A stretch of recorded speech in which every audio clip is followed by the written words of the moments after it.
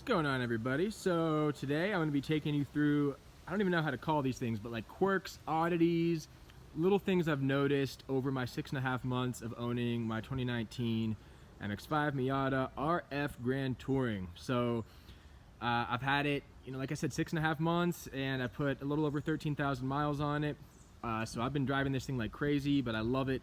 And yeah, I'm going to take you through just a couple of the things that I've noticed. And a lot of these things might seem kind of negative or whatever, but they're just quirks I've noticed. Nothing is really that annoying about this car. I mean, if you're buying one of these, you're not buying it for practicality's sake. You're buying it to have fun.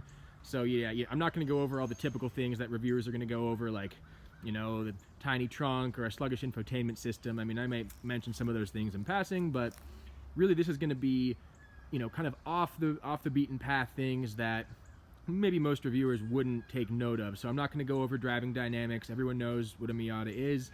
I'm not going to talk about MPGs, anything like that. Just weird quirks and oddities and little kind of almost Easter eggs that I've noticed in 6.5 months. So I think it's going to be close to 30 things, and I hope you guys enjoy it. I'm going to go over a couple of the exterior and then interior modifications I've made, just in case anyone's curious about what to do, or if you think it looks cool or whatever. So I tinted the side windows, not the dash, and then back window. Have a carbon fiber gas cap, little carbon fiber, and these are all real carbon fiber at least. Carbon fiber lip spoiler there. Of course, I got my vanity plate. Little rear tow hook in the back, which I think looks cool. I'll talk about the front one in a minute, which I don't think looks cool.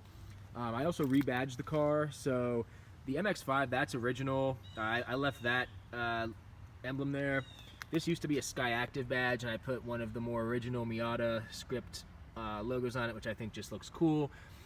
Blocked out the rear badge, and I have an axle back Borla exhaust as well, which I'll get a clip of in a minute. Switched out the long, kind of 80s, 90s style antenna with a short stubby one. I also smoked out the side indicators. It's kind of hard to see, but they're generally a lot whiter than this. They're just a little bit smoked out.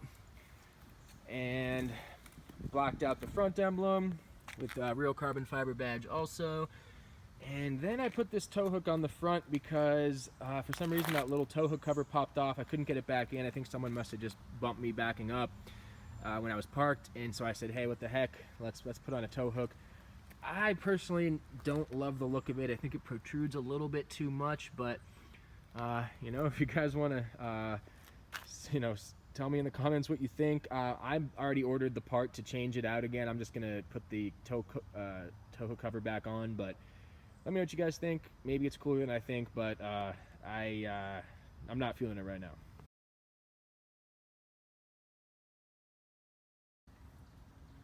All right, and finally coming under the hood. So I'll start with, so all the stuff you've seen so far except for the exhaust are things I've just put on myself, and I know nothing about mechanics of cars, so it's all been pretty simple stuff. Just taking off badges, sticking them on with 3M tape, screwing in the tow hooks, popping out the side indicators. I also put on this Cusco Racing front strut tower bar, I believe it's called. So and that actually involved a ton of installation. I had to remove the windshield wipers, all this plastic trim up here, and in order to get this new air cowl that's down there back to anchor it. So that took probably like 5 hours because I didn't know what I was doing, but it's on there pretty good. And then I also got this Mishimoto cold air intake that professionals did, so you can see it's got a nice big intake pipe there. Pretty nice looking aluminum, I'm guessing, or possibly steel pipe coming in there. So just a nice little look. And you can definitely hear the intake, especially on colder days or when the engine is just the first few minutes of the engine coming on. So kind of like a little like a good suction sound. Nothing crazy. It's it's not like Too Fast, Too Furious or anything, but yeah.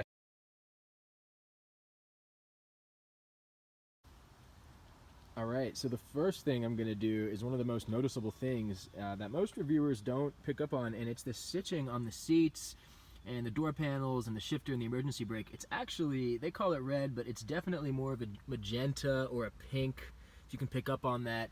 So it's on the seats, down there in the shifters there, and the steering wheel as well, and the door panels. And it's not red, but I think it suits the interior really well. It looks kind of cool, but it's definitely kind of a magenta in person. I put these actual red floor panels covers on, so that's my own doing, and those are actually red, just to give you some comparison of the colors. That's an actual red, whereas this is definitely not red.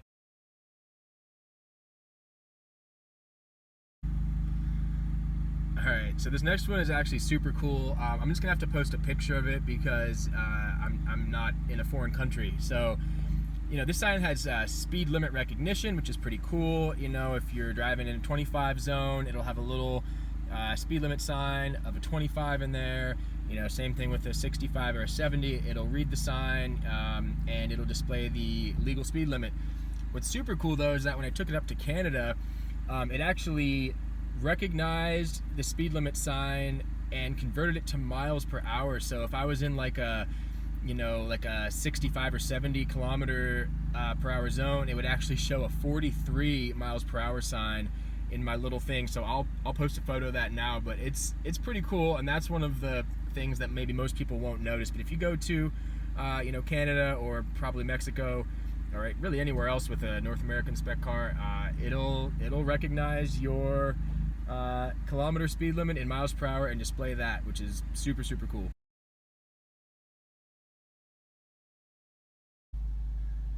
So the next thing I've noticed relates to putting the hardtop up and down. So it's generally a pretty easy process. It happens very quickly. It looks super cool, but I'm gonna do it now, and if you notice, there's a little beep, a little chime that comes in that's supposed to tell you when the process is complete, and then it shows you on the little left digital dash display here that I'll show you. But when it beeps, it's not actually finished with the folding process. There's a little click that happens after that, and that's when it truly happens. So it happens just about a third of a second after. I'll see if you guys can hear it. So there's the beep to start. Top's coming up pretty quickly. Now you're gonna hear a beep and then a click.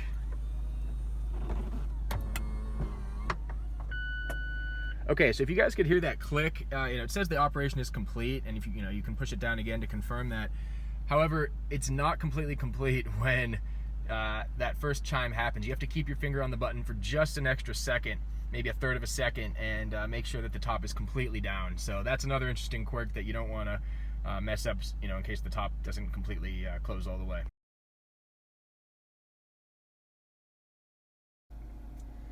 All right, so the next thing I've noticed relates to putting the top up and down and the windows up and down. So what you'll notice is you can put the windows down when you're putting the top down, but you can't put the windows up when you're putting the top up.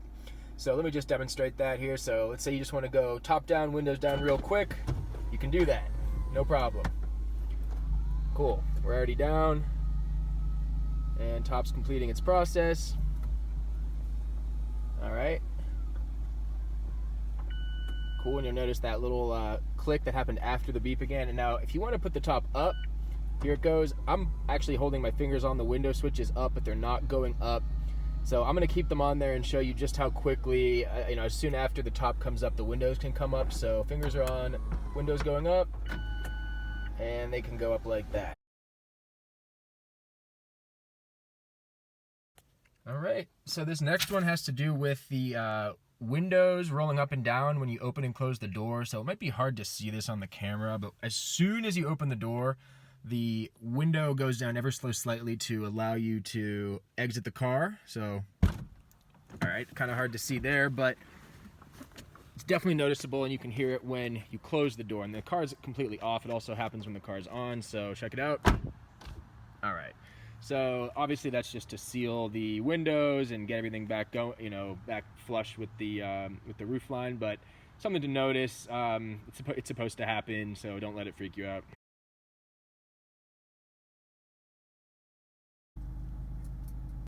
Alright, so this next one is, I guess you could call it annoying. It's not a huge deal, but the lane departure system defaults to on, so I think it's kind of super annoying. It is helpful for some people, but you can see it's this little icon here. So if you turn it off, you will always have that little orange light blinking, that little orange light lit up there. It's not a huge deal. You use this little button over here to disengage it, so I can now, turn it on and off. But it defaults to on, so if you're like me and you don't like that rumble or a little beep to let you know if you're getting out of your lane, you're unfortunately going to have this tiny little logo right there. But you get used to it. Again, first world problem, not a huge deal.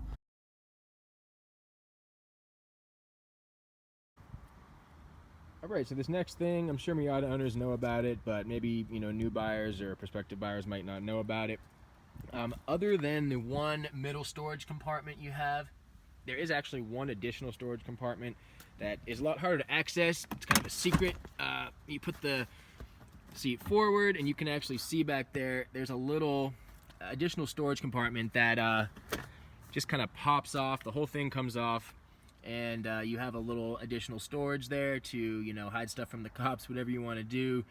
But again, it's I would say virtually impossible to access it while you're in the driver's seat, so it's really just additional storage for trips or secret items, stuff like that.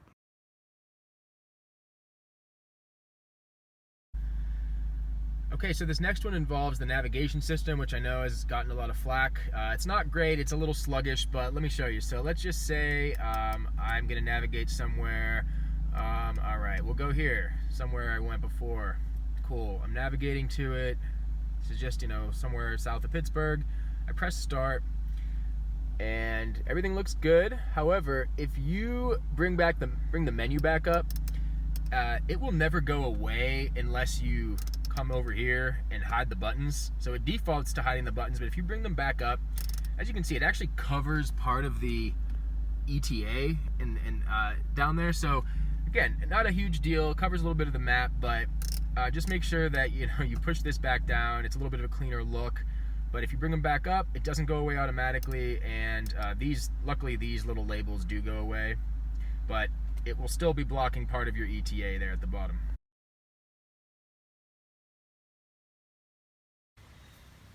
So this next thing has to do with locking the car with the keyless entry system using the little rubber button on the handle. So car is off. So basically when you close the door, you have to wait just a second for the car to realize that the key isn't inside. It's going to beep, and then you can use the keyless entry system.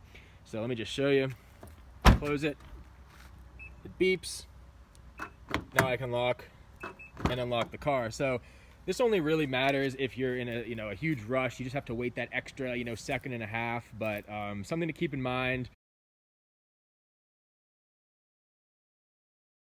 All right, so another thing I've noticed is if you don't have a passenger in the passenger seat and you have the top down and you're going at pretty hefty speeds, like 80 miles an hour plus, this seatbelt will flap around. It's kind of annoying, but with all the wind noise that's happening when the top's down at those speeds anyway, it's not something you notice terribly much. But if you're one of those people who that will irk, you might be able to, I don't know, get some Velcro or something on there, but it's something to notice. But it really only happens at kind of above highway speeds, and it's not generally a big issue.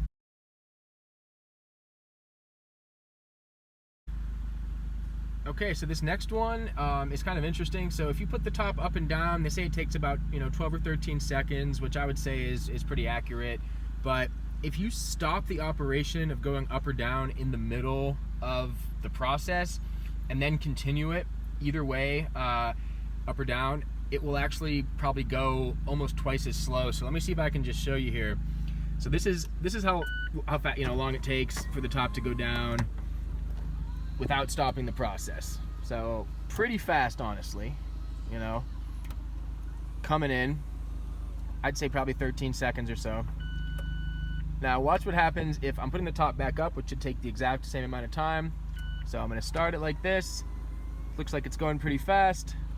It's coming in. Now I stopped it and it's actually going back down on its own.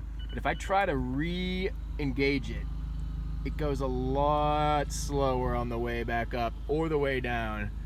Probably just for safety reasons, but you know, still not done yet. Right, so even from like a third of the way complete when I tried to put it back up, it probably took, you know, 16 or 17 seconds. So I'm guessing it's a safety feature because presumably if you interrupt the process, something's wrong. But you know, sometimes your finger slips or you're just, you know, you don't hold it down properly. Just something to think about. It's going to take you an extra few seconds if you interrupt the process and restart it.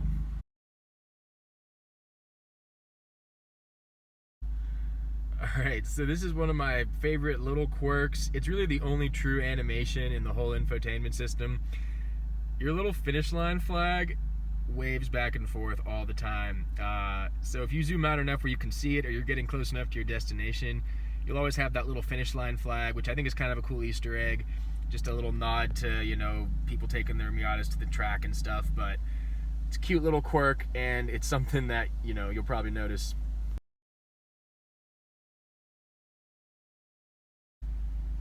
So another interesting thing I've noticed relates to when the gas, low gas alert will go on. It comes on pretty late when you're almost out of gas. So the last time it came on, it was 13 miles. I've had it, I think, as low as like 11 or 12 miles to empty. You know, most cars, I feel like I can go drive for another 20, 30 minutes, no problem. Whereas this car, I haven't risked it yet, but it comes on quite late. So it's right now I have 27 miles. It probably won't even come on until it's close to half of that. So just keep that in mind if you're on a big road trip, especially in a, you know, a rural area where there's not a lot of gas stations. Make sure that, I would say, at this point, at 1/8 of a tank, you definitely want to start to think about where the next gas station is, because you don't want to be caught off guard and stranded in the middle of nowhere.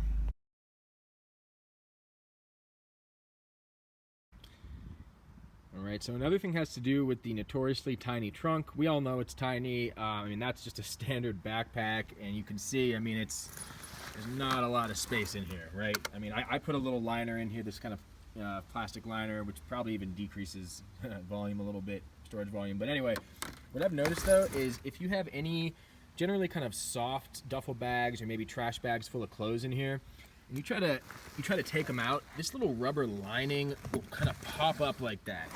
And it's, you know, it's not a huge deal. It comes up a little bit, but you can just quickly push it back down. But it's worth noting that if you know, are trying to jam a bunch of stuff in your Miata, which you usually are, and you take out the stuff, that little rubber lining can pop off a little bit, and it's definitely worth pushing that back down. Okay, so I'm just about to unlock the car. I left the lights on when I left the car, and let's see what happens. So you can see the front and rear lights come on. Actually looks pretty cool from the back, so I'm gonna do the same thing here, unlock it. Nice. So there you go.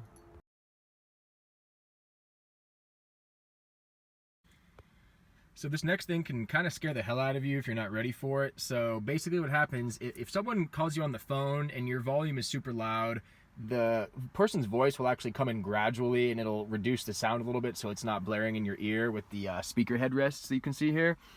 However, if you have your music blasting before you turn off the car, let's say it's at, you know, maximum 63, right now I have it at 51 just so it's not going to blow out my eardrums.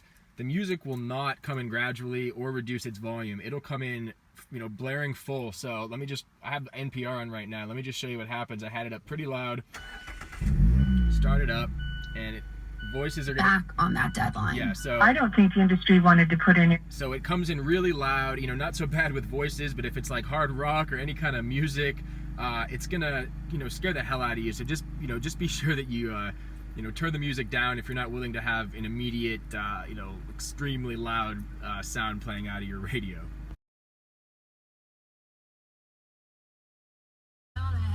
Alright, so this one's kind of interesting. I have the music on just so you can hear this. It works better with music to demonstrate this.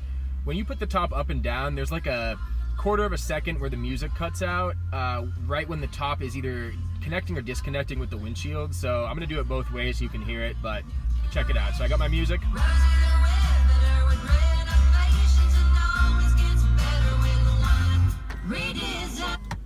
Okay.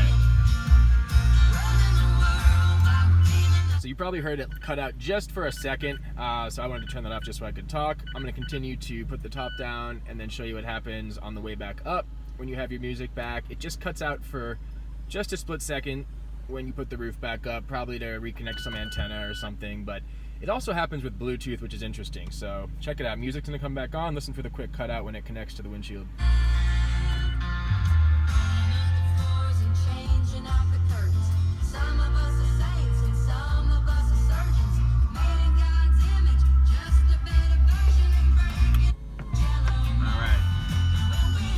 So there you have it. I guess it's a first world problem, but you know, it just kind of interrupts your vibe ever so slightly if you're really trying to, you know, be bumping those tunes, you know, showing off in the convertible. You're gonna have that split second where it just cuts out. So keep that in mind.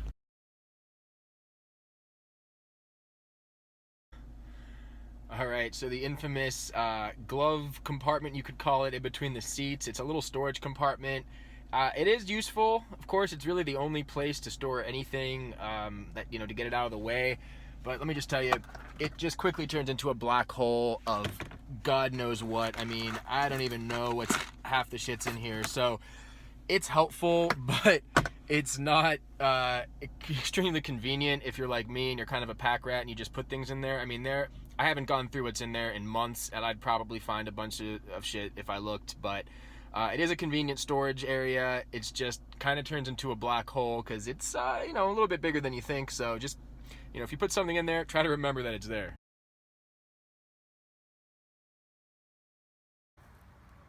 All right, so this one's kind of interesting. So right now, my door's locked, but if I try to open the gas cap like this, it doesn't work. But if I then unlock the car with my key, gas cap pops off. So I don't know how long this works for. My guess would be, you know, maybe 30 seconds or so, but I've done it probably up to 10 or 15 seconds. So kind of an interesting quirk.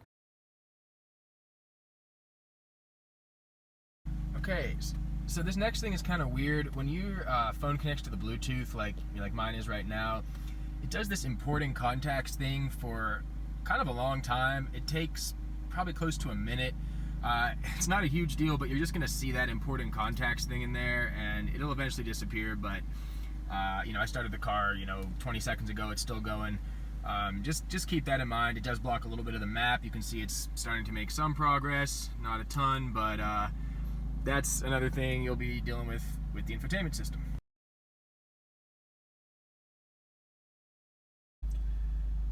So this isn't something I'm going to be able to show you because it involves looking at my phone screen, which obviously we can't do on this, but let's say my phone's connected to Bluetooth like it is now. If I shut off the car and, you know, walk away, it will still say that my phone is connected to the Bluetooth in the car for several seconds afterwards. Now, it doesn't affect anything. It's not like you can't hear someone if they call you, but if you go into your Bluetooth settings, you'll see that it's still connected to your car for, I don't know, probably about 12 or 15 seconds after you shut off the car. So just kind of a weird quirk that threw me off, but it doesn't affect any calls or being able to hear anything.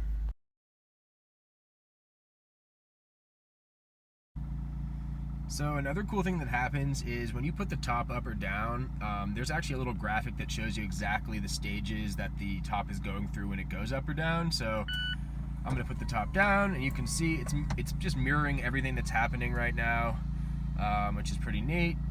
And there's some pretty good detail even at the end when the back of the target top comes in. It like almost goes down, and then it actually goes flush with the body of the car. So that's pretty cool. Another cool thing is, if I'm just driving with my top down and I flip this switch down here again, even though it's already down, it'll tell me operation complete, but I can just see like a profile of my car anytime I want, which is pretty sweet. And the same thing happens on the way back up. It'll show you the full steps of you know, the top going up, and so we'll let that finish up. And then if I'm driving along with the top up and I feel like I want to just see my car, I press the top up button again, and there's a profile of my car. So if you ever just want to be a little narcissistic, take a look at your car, either way, you can do that, and it's a nice little feature.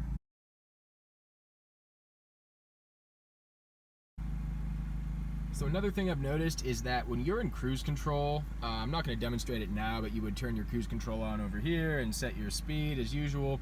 When you're in cruise control, the sport mode that I just turned on via this little sport switch here, it doesn't allow you to engage cruise control and sport mode at the same time. So if you're in sport mode and then you put cruise control on, sport mode will go off automatically.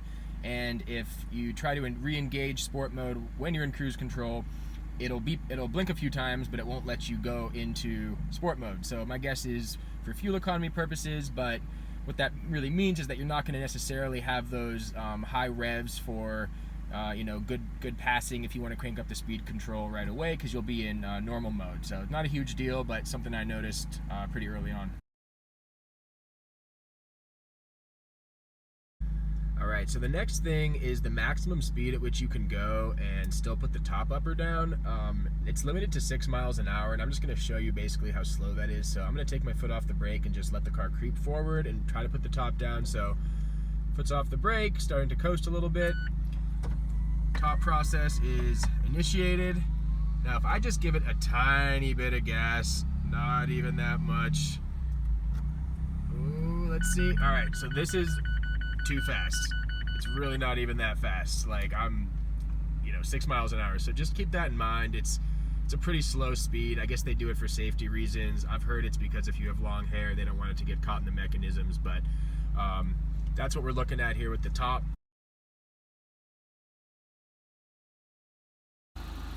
So one thing I just recently noticed actually is this kind of lattice pattern that appears, I guess as a result of this orange reflector on the side. So it's kind of cool. It happens on both sides. I'm not sure you're going to be able to see it on the other side, but yeah, a little bit. It's kind of cool. It kind of reminds me of some of those things like BMW does, I guess, where they light up your path a little bit. I don't personally think this is intentional, but it's kind of a cool little look, I guess. But it's something I've actually just noticed in the past few days.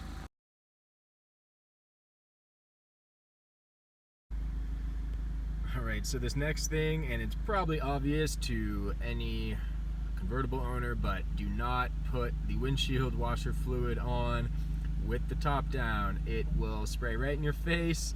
I guess it'll clean your face pretty well, but I did that once, not even going that fast, and it came all into the cabin.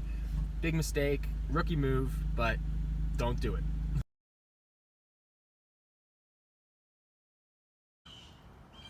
Before I get to the exhaust clip and maybe a drive-by clip if I can do it, maybe some of you with more discerning eyes have noticed this little piece of the hood on each side that has gotten flipped up, and you can see it also happened over here, and that was my own dumb fault. I was on a road trip up to Quebec City with my brother at a gas station, and I popped the hood for no good reason, just to look at it, and it was a really windy day. I was just taking a look inside, probably just trying to show off.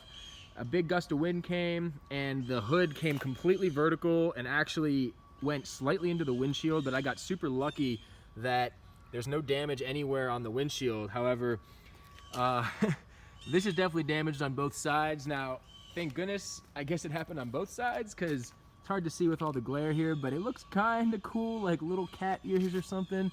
So that's just like another little quirk that probably only my RF Miata has, but something I'll eventually get pounded out. But for major damage, at least it looks kind of cool, and a couple people have even thought it was a design feature of the car, so I guess it could be worse.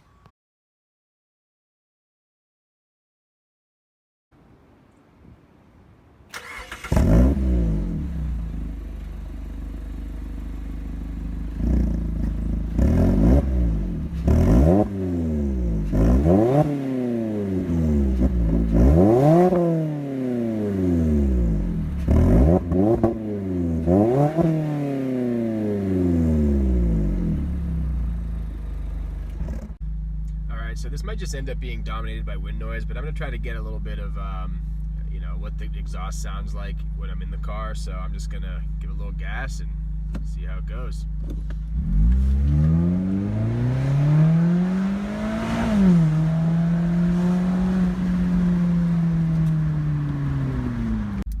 So I'm just going to try to get a little bit of that purr I hear sometimes when I keep it in first gear and then let off the gas. So yeah,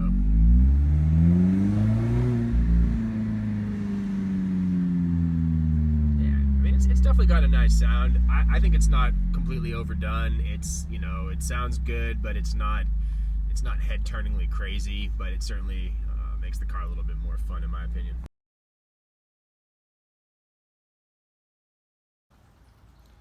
All right, so the last thing, again, it's not something I can demonstrate, but it's actually a super cool feature. I'm gonna post a little video of it I took on a road trip a few weeks ago. At night, when your lights are on, they have these really cool like light wings that come out, these beams of light on either side, kind of perpendicular to the car on both sides, and it makes it look like it has light wings. It's super cool. I'm guessing it was intentional for visibility, but check out the video. It's really awesome and gives you a little bit more visibility, especially at night, and it looks super cool.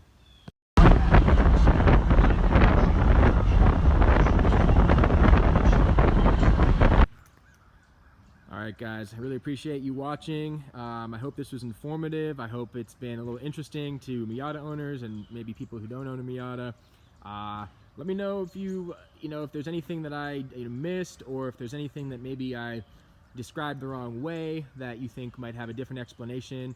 I'd be happy to hear that in the comments, but this is my very amateur review, just me and my iPhone, so I know it's not the best quality, highest production value, but just wanted to show you guys a little bit about my Miata RF. But overall, it's a wonderful car. It's super cool. I think the hardtop, the kind of Targa style, looks just really classy. And one of my favorite design features are these buttresses in the back. I mean, it's a whole lot going on for a little car, but I think it works well. Yeah, so thanks for watching, guys. And if there's any other requests or anything, any other things you want me to go over, happy to do it, but for now this is it. So thanks for watching, guys, and see you soon.